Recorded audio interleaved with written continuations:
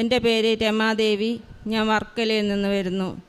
ഞാൻ ഉടമ്പടി എടുത്തത് 2023 ഫെബ്രുവരി 18 ഉടമ്പടി എടുത്തതിന് ശേഷം എൻ്റെ ജീവിതത്തിൽ ഒത്തിരി മാറ്റങ്ങളുണ്ടായി. കാരണം 2022 ഒരു വർഷം മുഴുവനും ഞാൻ മാനസികമായിട്ടും ശാരീരികമായിട്ടും ഞാൻ ഒത്തിരി അസുഖങ്ങളിലൂടെയും ഞാൻ കടന്നുപോയി. ഞാൻ ആൻസൈറ്റി രോഗത്തിന് വരെ അടിമയായിരുന്നു. ഒരു വർഷം വരെ ഞാൻ അതിന് മരുന്ന് കഴിക്കുന്നുണ്ടായിരുന്നു. അതിപ്പോൾ ഞാൻ ഇവിടെ വന്ന് ഉടമ്പടി എടുത്തതിന് ശേഷം ഞാൻ അതിന് മരുന്ന് കഴിക്കുന്നില്ല.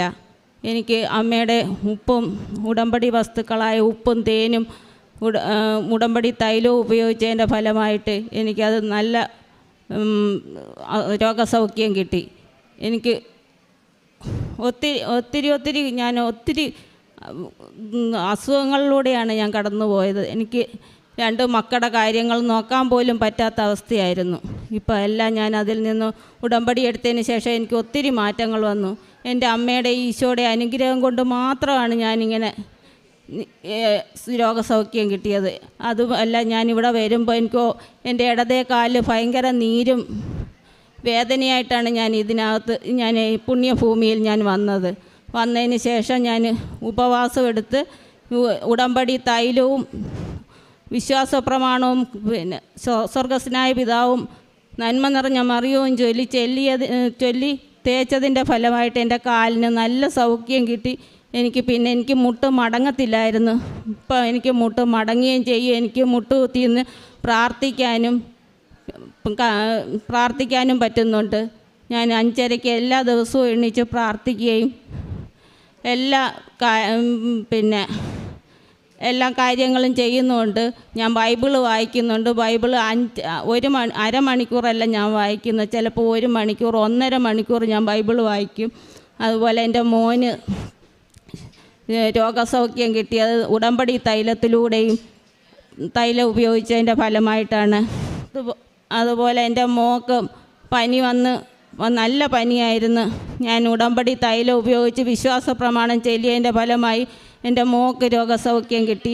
അതുപോലെ എൻ്റെ മോന് എൻ്റെ അടുത്തുള്ള ഒരു ചേച്ചി വീട്ടിൽ വന്ന് ഇതുപോലെ കാലിൽ തടുപ്പ് വന്ന് നല്ല വേദനയായിട്ട് എനിക്ക് ഉറങ്ങാൻ പറ്റുന്നില്ല, ഹോസ്പിറ്റലിൽ പോയിട്ടാണ് ഞാൻ വരുന്നതെന്നും പറഞ്ഞ് എൻ്റെ അടുത്ത് വന്നപ്പോൾ ഞാൻ ഉടമ്പടി തൈലം ഉപയോഗിച്ച് വിശ്വാസ പ്രമാണം ചൊല്ലിയതിൻ്റെ ഫലമായിട്ട് ആ ചേച്ചിക്ക് അന്ന് തന്നെ രോഗസൗഖ്യം കിട്ടി. അത് വേദനയും മാറി, തടുപ്പ് നിപ്പുണ്ട്, പക്ഷേ എന്നാലും നല്ല വേദന മാറി ചേച്ചി ഉറങ്ങാൻ പറ്റി. അങ്ങനെ എല്ലാ കാര്യങ്ങളും എൻ്റെ അമ്മയുടെ ഈശോയുടെയും കൃപയാണ്. അതുപോലെ എനിക്ക് ഈശോയെ സ്വപ്നത്തിൽ കാണാൻ പറ്റിയിട്ടുണ്ട്.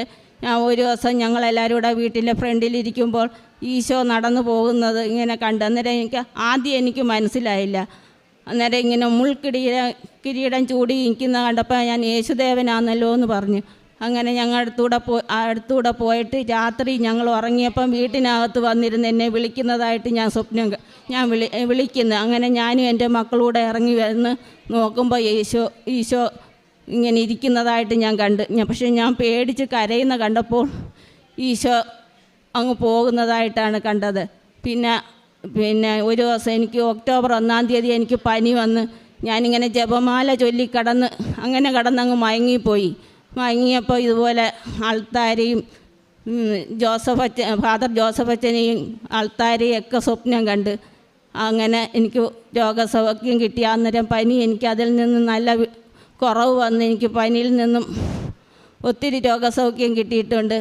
പിന്നെ ഇവിടെ വന്ന് കാരുണ്യ പ്രവർത്തികളും പ്രേക്ഷിത പ്രവർത്തനങ്ങളും പത്രങ്ങളൊക്കെ ആദ്യം എനിക്ക് കാല് വയ്യാത്തതുകൊണ്ട് മക്കളാണ് കൊടുത്തിരുന്നത്. ഞങ്ങളെല്ലാവരും കുടുംബമായിട്ട് ഞങ്ങളിതിനെ പ്രേക്ഷിത പ്രവർത്തനങ്ങളിലും കാരുണ്യ പ്രവർത്തനങ്ങളിലും ഏർപ്പെട്ടിരുന്നു.